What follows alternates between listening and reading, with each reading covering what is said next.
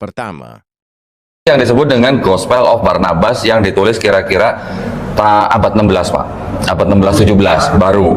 Dan ini jauh sebelum Rasulullah hadir ya. Iya. Dan tulisannya tulisan asli yang sudah ada kan, Iya. gitu. Bukan ditulis setelah ada. Enggak, bukan. Nabi Muhammad gitu. Bukan.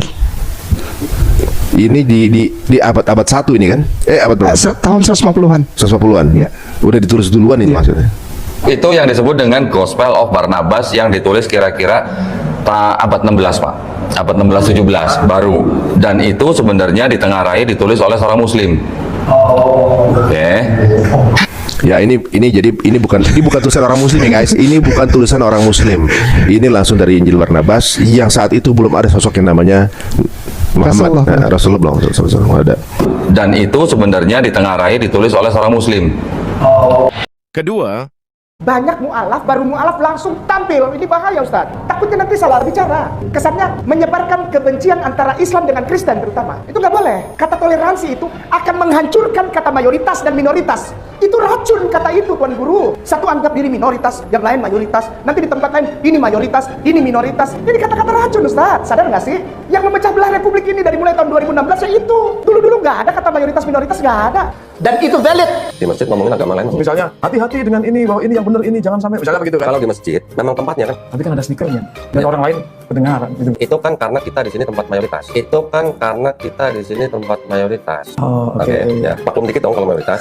Maklum dikit dong kalau mayoritas. Kata mayoritas dan minoritas. Itu racun kata itu Tuan Guru. Itu racun kata itu Tuan Guru. Maklum dikit dong kalau mayoritas. Saya paling tidak suka orang pura-pura. Karena saya maaf ya, saya dari Ambon. Kalau A bilang A, kalau B bilang B. Kalau memang ada masalah bilang, jangan simpan di belakang. Jangan di depan manis, di belakang baku tusuk, jangan. ketiga, Tanyanya, emang ada Bible bahasa Arab pada zaman Nabi masih hidup?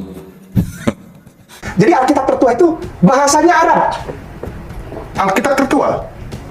Nah itu. Saya pengen tahu tuh Bible versi apa gitu. Alkitab tertua Koptik namanya. Jadi Alkitab tertua itu bahasanya Arab. Saya udah ngumpulin Bible-Bible yang banyak, yang tua-tua, bahkan yang dalam bahasa Arab pun. Ternyata pada zaman Nabi Muhammad SAW masih hidup, di mana dia berinteraksi dengan orang-orang Yahudi dan orang-orang Nasrani, belum ada Bible bahasa Arab pada saat itu. Jadi Alkitab tertua itu bahasanya Arab. Baru 235 tahun setelah Nabi wafat, baru ada pertama kali Bible dalam bahasa Arab. Jadi Alkitab tertua itu bahasanya Arab. Yang disebut dengan kodeks Mount Sinai Arabic. Ada kodenya tuh 151 gitu. Kalau kodek-kodek itu memang dikasih kode nomor ya.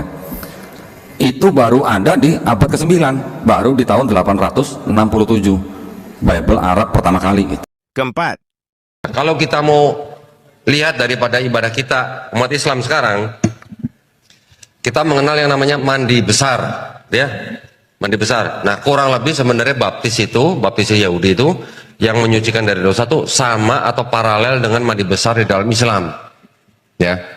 Jadi baptisnya itu mandi besar sebenarnya. Ada orang berkomentar kepada saya. Iya. Loh, Yesus itu dibaptis. Oh. Kenapa Anda tidak dibaptis katanya? Iya. Saya jawab, Ustaz. Iya. Loh, saya ini dibaptis setiap hari. Minimal 5 kali sehari. Iya. Minimal 5 kali sehari. Iya, iya.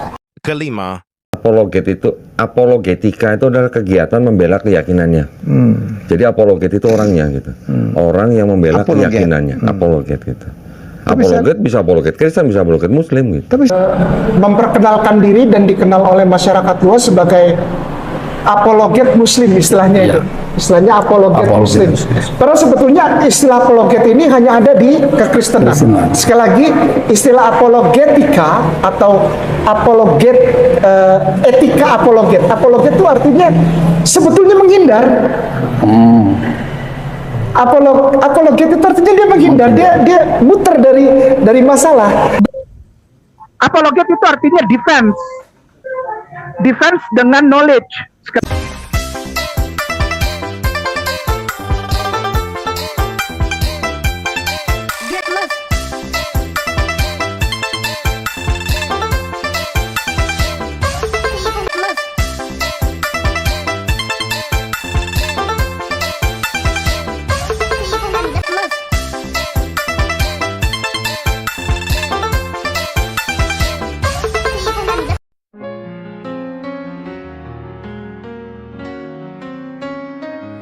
Janganlah hendaknya kamu khawatir tentang apapun juga, nyatakanlah dalam segala hal keinginanmu kepada Tuhan dalam doa dan permohonan dengan ucapan syukur.